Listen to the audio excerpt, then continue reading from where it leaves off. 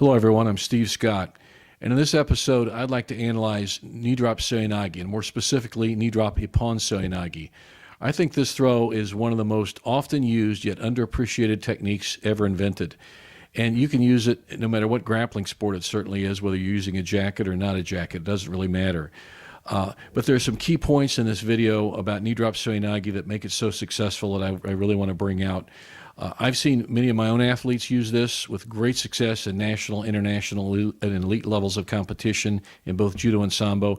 And I've seen a lot of other athletes do the same thing using the methodology that I analyze in this video. Do not flop and drop. Definitely control the shoulders. Rotate, spin under your opponent. Finish strong. Finish so you're not curled up and then he can get your back.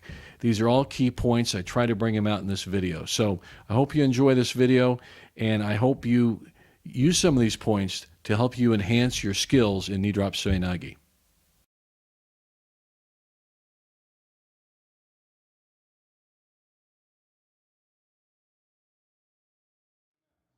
We're going to work on knee drop Seoi Nage, and I want to show some things to do good knee drop Seoi Nage here. First of all, I'm a righty, and I'm going to use a right knee drop Seoi Nage. So I'm going to hold left. I'm going to hold left hand on the lapel, right hand on the sleeve. Everybody see this here? Okay? All right? So when I do this, what I want to do, he thinks if I'm holding lefty, I'm a lefty. And a lot of people use this. It's very, very effective to give you hip cuts. Thank you very much. Right, so I've got this here. Now my left hand, guys, whether you come over the top or underneath, I like to get the inside grip because you can control. And this left hand, can everybody see this? Let me move around. See this left hand here? That's the anchor. That's, we talk about the anchor hand a lot. That means that's anchored on here. It's like dropping an anchor in the harbor. Okay, and there it is. I've got a lock on there, and he's hooked on there. But it's also, again, we always call it the short grip because there's a shorter distance between his shoulder and mine. And if I grab out here, right, there's a longer grip there. So I want the short grip here because I want to control the shoulder.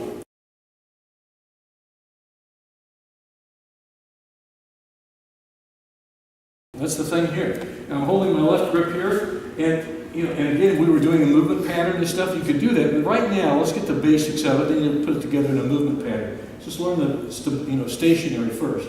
All right. What I want to do, I want to pop him up. I'm holding left. Okay. Now I'm going to pop left hand here, and just kind of take him off balance. It's just a quick pop. Okay. I don't need to really make a big deal of it because he's thinking I might pop here. And I might be coming in with some other attack like this, okay?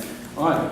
Now, a lot of times to set them up when we're gripping and stuff here, okay, if I have every intention of using a right knee drop Seoi Nage with a left hand grip, look at which foot is leading. My right foot, isn't it? So it's opposite. I didn't step like this to get a scoop up my swoosh, there I go. You don't want that. So when I'm gripping here and stuff like that, there I am there. So set that up, okay? Now, I'm actually leading with my right hip, but he doesn't realize it because he's thinking about this. Okay, that's the setup here, okay? Now what I'm going to do, I'm just going to do a quick pop. It's just a little pop in the direction I want to take him, okay? All right, so I pop, and I want to do that, make a fist with the right hand, and you know how we lock this in place, fist straight up, elbow straight down, and suck it in tight, okay? I don't want to jack him up. I want to roll, I'm going to literally corkscrew under the guy, okay? All right, so pop here. And when I come into the Seoi Nage, everybody sees I'll spin it on the other way too now. You pop them here like this, spin under, okay? Now we all know a lot of you guys are good at knee drop Seoi Nage, so we're going to practice that again here. All right?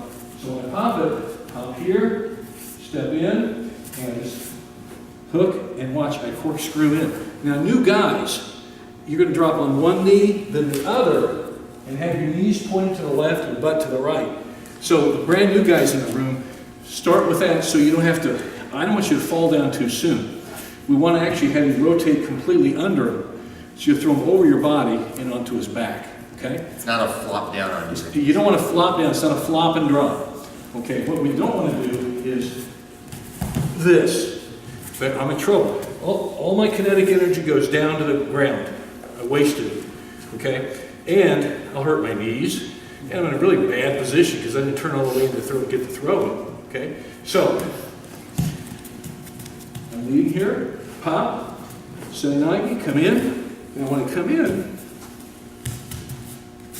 like this. My knees are to the left, my butt's to the right, okay? What I'm actually doing, see how deep I am? See how his feet are straddling my hips out here? I'm ready to throw him. It's hard not to throw him from this position. And it's not that I widen my legs, he goes right in between where my thighs are and he forces my feet wider. It's like going bowling, and a bowling ball knocks the pins apart. They're the pins, and I'm the bowling ball. I'm kind of shaped like a bowling ball these days. So anyway, all right. So leave here, pop, come in. See how deep that is. And now I'm ready to go. Now when I throw, I don't curl up. In wrestling, you want to do that because you don't want to get a slam against you, right? You know, high school wrestling. Our game, we want to slam them. Can you do on somebody? Judo. Let's slam him. Get up here. So let's set it up here. Got the left hand grip, right hand. Got a left hand, kind of left, could be cuffed up, right now. Okay, he's going to pop in. He's going to go ahead and spin under. Now see when he finished? Drove all the way through, didn't he? He didn't curl up and down. He wanted to finish on top of his opponent.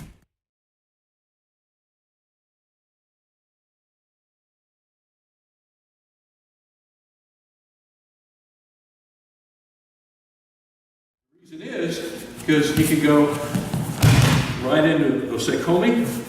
You know, I mean, he's stuck. That's a natural, get the arm off too, but it's a natural tendency after you throw him, landing on him. In this particular case, that's your insurance policy, guys.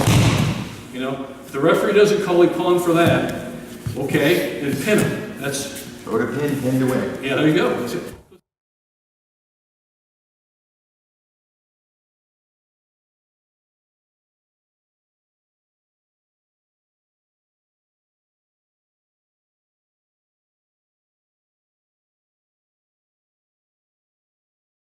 Left hand grip again, real quick. Now see this? Okay, now good. One left grip.